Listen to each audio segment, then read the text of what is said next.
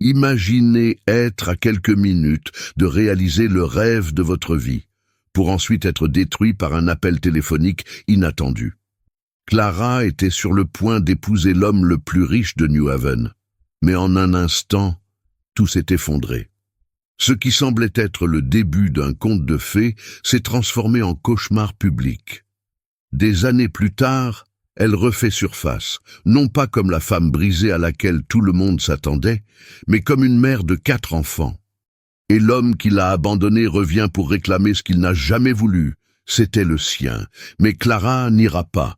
Prenez du recul. Que se passe-t-il lorsque l'amour, la trahison et un combat acharné pour la famille entrent en collision? Restez jusqu'à la fin, car cette histoire remettra en question tout ce que vous croyez sur la force, la justice et la rédemption. Clara a ajusté son voile pour la 10e fois devant le miroir de sa luxueuse chambre. La douce lumière de la lampe se reflétait sur la robe blanche, faisant briller le tissu comme s'il était magique. L'horloge sur le mur indiquait 11h30. Il ne restait que 30 minutes avant la cérémonie. Son cœur battait vite, un mélange de nervosité et de bonheur. Enfin, le grand jour était arrivé. « Tu es la femme la plus chanceuse du monde », pensa-t-elle en se regardant. Elle était sur le point d'épouser Henry Parker, l'homme le plus riche et le plus influent de New Haven. Il était la définition de la perfection, charmant, réussi, intelligent. C'était le genre d'homme qui semblait n'exister que dans les films ou dans les rêves. Et aujourd'hui, il serait son mari. Le son du téléphone rompit le silence dans la pièce. Clara hésita avant de répondre. Il tint l'appareil avec des doigts tremblants et le porta à son oreille. « Bonjour ?» Sa voix était basse, presque comme un murmure. La pause à l'autre bout du fil fut trop longue. Puis la voix d'Henry, froide et distante, résonna. « Clara, je n'y vais pas. » Les mots ont mis du temps à prendre un sens, semblant s'éterniser au ralenti. « Quoi? Comme ça? Nous sommes à quelques minutes du début, Henry ?» Sa voix avait maintenant un ton de désespoir. « Je ne peux pas faire ça. Je dois me concentrer sur mon travail. » Il s'arrêta et continua, sans émotion. « Un jour tu comprendras. » Le téléphone lui glissa des mains et tomba au sol avec un bruit sourd. Clara restait immobile, regardant le miroir. L'image réfléchie ne ressemblait plus à une mariée radieuse. C'était une femme détruite, trahie, au moment le plus important de sa vie. Les heures suivantes furent un flou d'humiliation.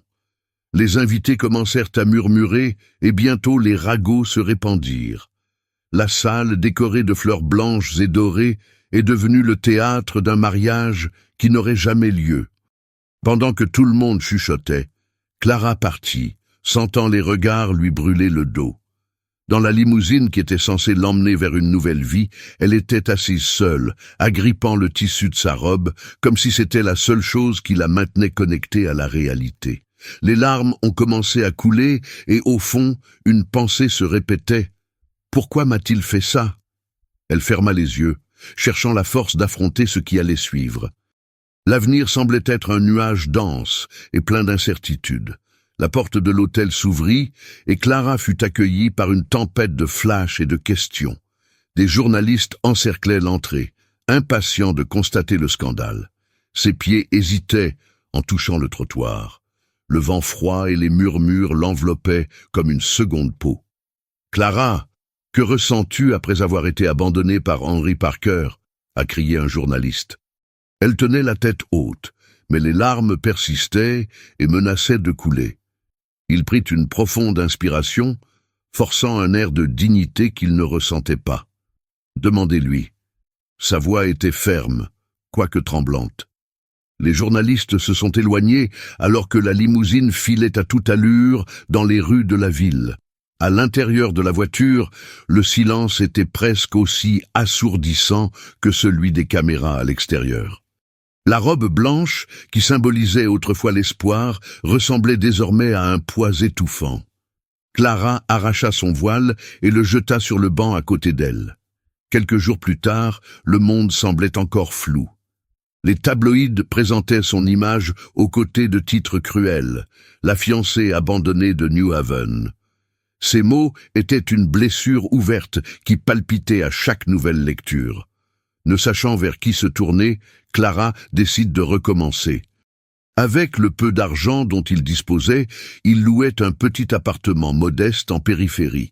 Les murs étaient simples et usés, mais au moins cet espace lui appartenait. C'était un refuge, loin du monde qu'elle connaissait, un endroit où personne ne la considérerait comme la femme d'Henry Parker. Un matin, Clara s'est réveillée avec le soleil qui filtrait à travers les rideaux bon marché. Elle se sentait étrange, un malaise qu'elle ne parvenait pas à expliquer. Après des jours de doute, elle a décidé d'aller à la pharmacie et a acheté un test de grossesse. Elle rentra chez elle et, assise sur le sol de la salle de bain, attendit les résultats. Les secondes lui semblaient des heures alors qu'elle regardait le petit affichage sur le bâton en plastique. Ensuite, la deuxième ligne est apparue. Clara porta sa main à sa bouche, un mélange de choc et de larmes silencieuses, l'envahissant. Le premier mot qu'elle parvint à prononcer fut un murmure pour elle-même. « Je suis enceinte ». Pendant un moment, elle fut paralysée. L'idée d'élever un enfant seul était effrayante, mais en même temps, il y avait autre chose. Une petite étincelle d'espoir. Le cabinet du médecin était petit et discret, mais Clara avait l'impression que les murs se refermaient autour d'elle. Elle regarda le médecin, essayant de comprendre ce qu'il venait de dire. « 4 » répéta-t-il, la voix hésitante. « Comment ça, 4 » Le médecin ajusta ses lunettes et montra l'écran à ultrasons. Les petites formes vibrantes vacillaient dans l'image granuleuse. « Quadruplé, Clara. Ce n'est pas courant, mais ça arrive. » Il fit une pause, adoucissant son ton. « Je sais que cela doit être un choc, mais ils sont en bonne santé. C'est la chose la plus importante. En bonne santé. » Le mot résonnait dans son esprit alors qu'elle regardait l'écran. L'incrédulité a cédé la place à un immense sentiment de responsabilité. Comment pourrais-je élever seul 4 enfants? J'essayais encore de comprendre comment je ferais ça avec un seul. Cette nuit-là, allongée dans son lit dans le petit appartement, Clara sentit le silence se remplir de ses propres pensées. Les larmes coulaient, mais elles n'étaient pas dues au désespoir.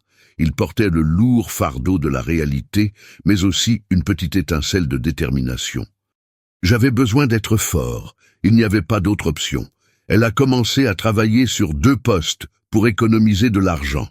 Le jour, il travaillait dans un marché local, et la nuit, il nettoyait les cabinets de médecins.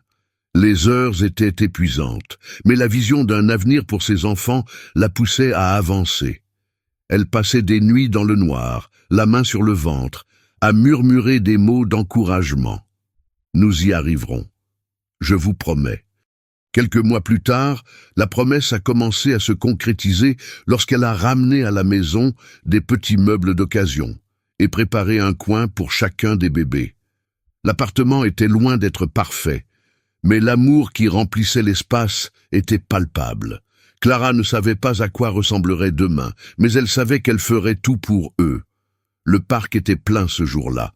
Le soleil brillait de 1000 feux et les rires des enfants remplissaient l'air. Clara regardait ses enfants jouer sur la balançoire, leurs cheveux blonds brillants dans la lumière. Jack et Jessie se disputaient pour savoir qui irait plus haut, tandis que Jake et James couraient partout, essayant de rivaliser avec l'énergie de leur frère. C'est à ce moment-là que Clara la ressentit. Un frisson lui parcourut le dos. Il se retourna et rencontra 2 yeux familiers. Henry se tenait à quelques mètres de là, vêtu d'un costume impeccable, mais ses yeux, auparavant froids, étaient désormais remplis de quelque chose que Clara ne parvenait pas à déchiffrer. La vulnérabilité, peut-être. Il fit un pas hésitant vers elle. « Clara !» commença-t-il d'une voix basse, presque un murmure. Elle s'est instinctivement positionnée face aux enfants, comme un mur. Son cœur battait à tout rompre, mais son visage restait impassible. « Que faites-vous ici ?» a-t-il demandé, essayant de garder le contrôle. Henry regarda les 4 garçons qui jouaient sans remarquer la tension dans l'air. Ses yeux s'écarquillèrent et il semblait avoir du mal à former des mots. « Sont-ils à moi ?»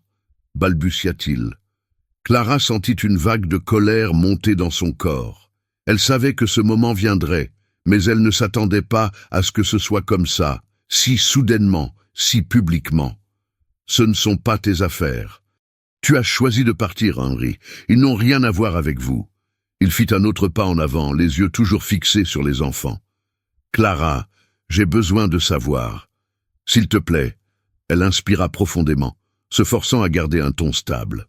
« S'en aller, ils ont tout ce dont ils ont besoin, et cela ne vous inclut pas. » Henri resta immobile, les poings serrés sur les côtés.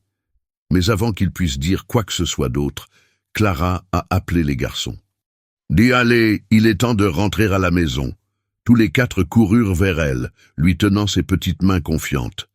Tandis qu'ils s'éloignaient, Clara regarda par-dessus son épaule et vit quelque chose dans les yeux d'Henri. De la détermination. Un frisson lui parcourut le dos. 2 semaines plus tard, il est réapparu. Cette fois, je n'étais pas seul. Il a amené un avocat.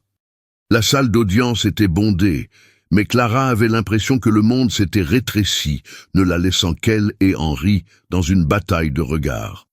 Il était assis à côté de l'avocate, impeccablement habillé et avec un visage inexpressif, tandis qu'elle, malgré ses efforts pour paraître calme, avait les mains moites et le cœur battant. L'avocat d'Henri se leva, ajustant sa cravate avant de commencer. « Votre honneur, mon client vit dans des conditions précaires. Un petit appartement, sans soutien familial. Mon client, Henry Parker, peut offrir stabilité, confort et un avenir prometteur à ses enfants. » Les mots tombèrent comme des pierres sur Clara. Elle serra les poings, essayant de contenir sa colère. Comment ose-t-il juger son amour pour ses enfants sur la base de l'argent? Quand ce fut son tour, Clara se releva lentement, chaque pas résonnant dans le silence tendu de la pièce. « Votre honneur, c'est vrai que je n'ai pas de manoir ni de voiture de luxe, mais mes enfants ont quelque chose qu'aucune somme d'argent ne peut acheter. » Sa voix trembla un instant, mais elle continua. « Ils ont de l'amour, du dévouement, et une mère qui se battra jusqu'au bout pour eux. » Elle regarda directement Henri. « Où était M. Parker lorsque je travaillais 2 nuits de suite pour payer le loyer? Quand ils étaient malades et que je passais des heures à l'hôpital. Il n'était pas là. J'étais... » Henri détourna le regard, son visage dessiné par quelque chose qui ressemblait à du regret. Mais son avocat n'a pas reculé. « Cela ne change rien au fait que vous n'offrez pas le meilleur environnement possible à ses enfants. Monsieur Parker dispose de ressources infiniment supérieures pour s'assurer qu'ils ont tout. » Avant que Clara n'ait pu répondre, la porte de la salle d'audience s'ouvrit et Victoria, la fiancée d'Henry, entra avec un sourire glacial et un air de supériorité. Clara sentit son estomac se retourner. Je savais que ce n'était pas une coïncidence. Victoria était assise derrière Henri, croisant les jambes avec une élégance exagérée. L'impact de sa présence était clair. Elle était là, pour réaffirmer le pouvoir et la position d'Henri. Le juge a rompu le silence. Nous délibérerons. Je demande aux parties de se préparer pour la prochaine audience. Clara a quitté la salle d'audience le cœur lourd, mais aussi avec la certitude qu'elle ne reculerait pas. Henri entra dans le salon du penthouse, où Victoria l'attendait avec un verre de vin à la main. La tension dans l'air était palpable. Il poussa un profond soupir, jetant le dossier de documents sur la table en verre. « Ça ne peut pas continuer comme ça, Victoria, » dit-il d'une voix fatiguée. Elle haussa un sourcil et posa doucement le verre. « Continuer comment, exactement? Tu veux dire Clara ?» demanda-t-il d'un ton volontairement léger, mais plein de venin. Henri passa une main dans ses cheveux irrités. Il avait l'air déchiré, comme s'il menait une bataille interne. Il ne s'agit pas seulement d'elle, il s'agit des garçons. Ce sont mes enfants. J'ai besoin d'être dans leur vie. Victoria se pencha en avant, le regard perçant. Dans leur vie, tu veux dire dans sa vie. Parce que soyons honnêtes, Henri, tout cela n'est qu'une excuse pour se rapprocher d'elle à nouveau. Il secoua la tête. frustré. Ne dis pas ça. Cela n'a rien à voir avec elle. J'ai fait une erreur, mais maintenant je veux faire ce qui est bien. Victoria se leva en croisant les bras. Faire ce qui est juste. Alors pourquoi ne pas retirer ses enfants d'elle bientôt? Pensez-vous qu'elle a une chance contre nous? Contre moi? Henri la regarda, ses yeux bleus glacés, mais pendant un instant, quelque chose d'autre s'insinua. Le doute. Je ne veux pas blesser Clara. Je veux juste que les garçons aient le meilleur. Victoria laissa échapper un rire sec. Je suis le meilleur, Henri. Je suis le seul à pouvoir le garantir. Henri resta silencieux pendant quelques secondes, mais en lui, un conflit grandissait. Il a commencé à voir la différence entre ce que Victoria voulait et ce qui comptait vraiment, ses enfants. Lorsqu'elle est allée dans sa chambre ce soir-là, Victoria est restée seule dans la chambre. Elle n'avait pas besoin d'entendre ce qu'il pensait. Je le savais déjà. Henri était un homme facile à manipuler. Mais Clara était une menace qu'elle ne pouvait ignorer. La cour resta silencieuse lorsque Clara monta en chair. Le juge, une femme au visage sérieux et aux cheveux gris attachés en chignon, observait attentivement. Tous les regards étaient tournés vers Clara, mais elle gardait la tête haute. Il prit une profonde inspiration, ignorant la sensation d'oppression dans sa poitrine. « Votre honneur », commença-t-il d'une voix basse mais ferme. « Je n'ai peut-être pas tout ce que l'argent peut acheter, mais j'ai ce qui compte le plus. » Elle s'arrêta, sentant ses yeux pleurer. « Ces garçons sont ma vie. J'ai travaillé jour et nuit pour m'assurer qu'ils avaient un foyer, de la nourriture et surtout de l'amour. » L'avocat d'Henry roula des yeux, se préparant à répliquer, mais Clara continua. Pendant que M. Parker se concentrait sur ses affaires, j'étais avec eux. J'étais là quand ils ont prononcé leurs premiers mots. Quand ils avaient une forte fièvre et que je passais des nuits éveillées à leur tenir la main. J'étais là pour chaque rire, chaque cri et chaque petit moment qui fait que la vie vaut la peine d'être vécue. Henri était assis à côté de Victoria, mais cette fois, il ne resta pas silencieux. Il a levé la main pour demander la parole.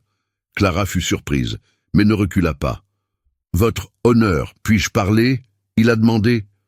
Le juge hocha la tête, et Henri se leva, visiblement nerveux. « Clara a raison. » Bon, sa voix était hésitante, mais honnête. « Je n'étais pas là. J'ai fait de mauvais choix, mais je ne peux pas ignorer ce que je ressens maintenant. Je veux être dans leur vie. Non pas parce que je veux lui enlever quelque chose, mais parce que je sais que je leur dois quelque chose. » Victoria le regarda avec un regard glacial, mais Henri ne détourna pas le regard du juge. « Ma fiancée et moi sommes en désaccord sur ce qui est le mieux, mais je suis ici pour demander une chance d'être un meilleur père, sans nuire à Clara. » Le juge la regardait, évaluant ses paroles. Le silence n'était rompu que par le bruit de sa plume grattant le papier. « Très bien. » Sa voix coupa l'air. « La garde principale restera avec Madame Blake. Monsieur Parker aura des visites supervisées dans un premier temps. Mais, Monsieur Parker, j'espère que vos actions sont aussi éloquentes que vos paroles. » Victoria se leva brusquement, marmonnant quelque chose à Henry avant de partir en trombe. Clara la regardait, ressentant enfin la victoire. Mais la bataille n'avait pas été la sienne seule. Pour la première fois, il sentit qu'Henry était en fait du bon côté. Clara regardait les 4 garçons courir sur le terrain de football. C'était un après-midi ensoleillé et le vent léger portait le son de leurs rires. Jack dirigeait l'équipe, gesticulant comme un petit entraîneur. Jessie, toujours compétitive, essayait de voler le ballon à quiconque s'approchait, tandis que Jake et James jouaient avec le même enthousiasme, mais avec une touche de prudence. « Maman, regardez le but !» a crié Jack en désignant Jessie, qui frappait fort dans le ballon. Clara se leva du banc, applaudissant alors qu'elle sentait la chaleur de la fierté remplir son cœur. Sa vie semblait désormais stable, remplie de l'amour et de la joie des garçons. Ils étaient tout ce dont elle avait besoin. De l'autre côté du terrain, Henry faisait signe de la main. Il n'est pas venu à tous les matchs, mais il a tenu à se présenter quand il le pouvait. Il était un visiteur dans leur vie, mais un visiteur qui semblait essayer de plus en plus fort de faire une différence. Après le match, les garçons ont couru vers Clara, en sueur et souriant. « Maman, papa a dit qu'il allait nous emmener manger une glace !» annonça Jessie, les yeux brillants. Clara regarda Henry, qui s'approchait lentement. Il semblait plus détendu, moins tendu que lors de ses premières rencontres. Lorsqu'il s'approcha, il lui sourit timidement. « J'espère que cela ne vous dérange pas. J'ai pensé que ce serait bien de passer du temps avec eux, » dit-il avec hésitation. Clara hocha la tête. « Bien sûr, ils adorent ça. » Il y eut un moment de silence entre les deux, mais cette fois ce n'était pas inconfortable. Clara se rendit compte que malgré tout, Henry essayait, pas en tant que partenaire, mais en tant que père. « Merci, Clara, » dit-il d'une voix sincère. « Pour tout. » Elle sourit légèrement, regardant les garçons sauter d'excitation alors qu'ils parlaient de leur saveur de glace préférée. « Ça vaut le coup, Henry. Il le mérite. » Pendant qu'Henry conduisait les garçons à la voiture, Clara restait derrière, ressentant un calme qu'elle n'avait pas connu depuis longtemps. La bataille était terminée, et la paix avait enfin trouvé sa place dans sa vie. Elle ne savait pas ce que l'avenir lui réservait, mais elle savait qu'elle était prête à y faire face, avec ses enfants à ses côtés et une force que rien ne pourrait briser.